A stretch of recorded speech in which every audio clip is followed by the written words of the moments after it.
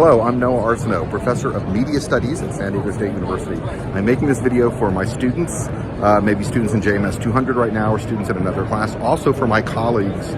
I'm doing this from the floor of the NAB, that's National Association of Broadcasters, their convention for 2024. I'm here for the Broadcast Education Association Conference, BEA. BEA overlaps with NAB. NAB is a big trade show where all the radio and TV station owners find out about the new gear, all the tech people geek out about all the new stuff that's being made. So I'm going to put some video here kind of showing what it's like being on the floor, all the gadgets and stuff. AI, no surprise, AI is the big buzzword of the year. I also found this booth where they were showing off the new cameras, and of course they have to find a physically fit young woman to be wearing tight clothes, twirling a baton. I thought that was interesting. All the men are behind the camera looking at this woman. It says something about the construction of the male gaze. Anyway, that's why I put that in there. Also, I saw a robot walking around on the floor. Anyway, but primarily what I'm going to do is talk about AI, because the opening keynote was all about AI and how awesome AI is. The NAB conference is very much like a pep rally where the radio and television industry wants to talk about how viable and robust it is, how it's the best use of the spectrum to protect the public interest rather than some evil social media company. We don't like TikTok. TikTok is not going to spread disinformation, but AI can help the radio and television industry save money by automating tasks. It can help by fighting disinformation. It can actually work as a gatekeeping mechanism to help us create the news lineup. Anyway, I'm going to go over a presentation that was given. The keynote speech was supposed to be co-delivered by AI. So I'm going to go over the presentation, then give you my thoughts afterwards. And then I'm going to play huge chunks of the video from the presentation. You know, I just took it to give students and colleagues a taste of what this marketing push for AI in the radio and TV industry is like, because I thought it was fascinating. And I literally bumped into a former student of mine, Jason Bodak. Sorry, Jason, I'm butchering your name.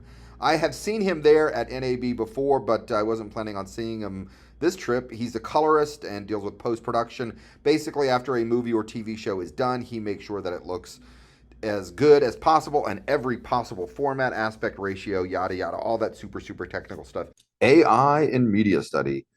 This seemed to be mainly about consumer reaction to AI, less about what AI can actually do. And then here, 49% of news consumers think they've encountered AI-generated news delivered by human presenters. Presumably, I think they're trying to say people are less skeptical about AI than one would imagine. I use a word cloud. People who use AI or feel comfortable using AI have more positive descriptors than those people who are non-users. That seems pretty self-explanatory. Podcasts. Yes, AI can help you make podcasts. Okay. Most popular podcast genre, humor, comedy. Social media opportunities. We know social media is a way people are consuming news. Here we have it broken down by region. And I guess what they're trying to say here is that AI can help you create more social media content.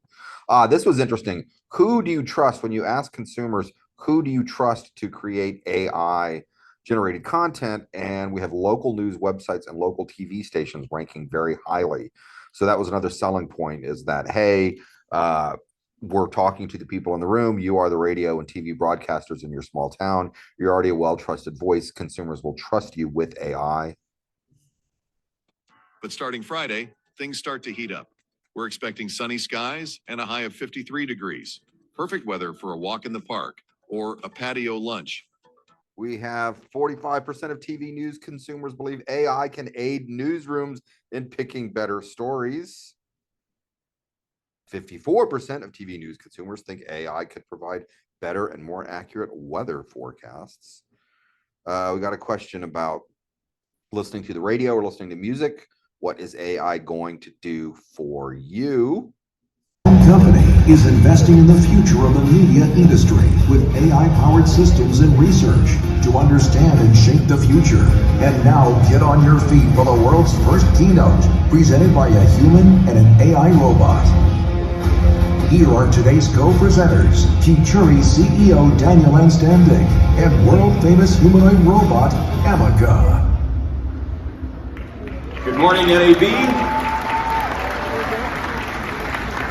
Now, how often do you get to co-present with a humanoid robot? This is just very cool, and thank you for coming today. We're here because we have a very important topic to talk about. It's artificial intelligence. And as Amica wakes up here, we're going to talk about how AI has arrived now, and it's inevitable.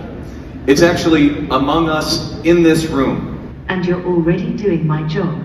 Honestly, this has been my greatest fear, the day that humans will rise up and take jobs away from AI. I understand. I'm sorry. What do you feel your role is today in this presentation? To support you in delivering a killer keynote by handling the data stuff, so you can focus on connecting with the audience as only a human can. Okay, that's fair enough. Well, we do want to showcase today what a human and AI collaboration can look like and give you everything that can be. So now that our roles are clear, why don't you go ahead and kick off Futuri's latest research? With just under 5,200 respondents, it's the largest and most comprehensive consumer study on AI in media to date. Some election exit polls don't even have that kind of reach. Hey, it's an election year, so let's lay off the election stuff. Oh, you humans. And your elections. Anyway, we wanted to understand the nuanced preferences of audiences for AI in broadcasting, content creation, and explore the diverse demographic attitudes toward AI's increasing role in media.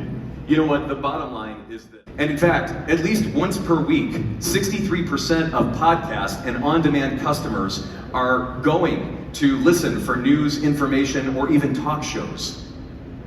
This sounds like a big opportunity for local TV news stations to turn newscasts into on-demand video or audio. I've done the calculations, and the amount of content created on Earth will triple in the next 12 months. I'm excited to be part of this, because AI like me unleashes your creativity and reduces the need to tinker with technology in order to create content. And the audience is so cool with AI in media. They think we're already doing it. They do think that we're already using AI. In fact. And what did I think about the robot? I felt like I was watching a weird vaudeville ventriloquist act with a robot replacing Charlie McCarthy. Yeah, the robot even made an AI Terminator joke that I'm not here to kill Sarah Connor. Plus the robot, whatever thing, was joking as if Alexa and Siri were her friends and she had been gossiping. Anyway, no, I was not impressed by the technology that was on display. Okay, I'm leaving the convention, walking back to the Mardi Gras Hotel now. I just want to clarify a point. The stuff about AI automating a lot of the activity involved in broadcasting is not really about using AI avatars to replace human anchors or human DJs, although that's definitely part of the scenario as well. There's a lot of tasks and things that the consumer is not even aware of. Audio sweetening, video editing, just a lot of stuff behind the scenes that could theoretically be automated, which removes jobs. But AI would do that, and the selling point is that AI will do it better than humans will do. They could also do things like update promos late at night, or do weather, traffic, things like that, leaving humans to do investigative journalism. Anyway, that's a sales pitch if you want to believe it. Okay, that's a sales pitch. What is my verdict on AI and this whole thing?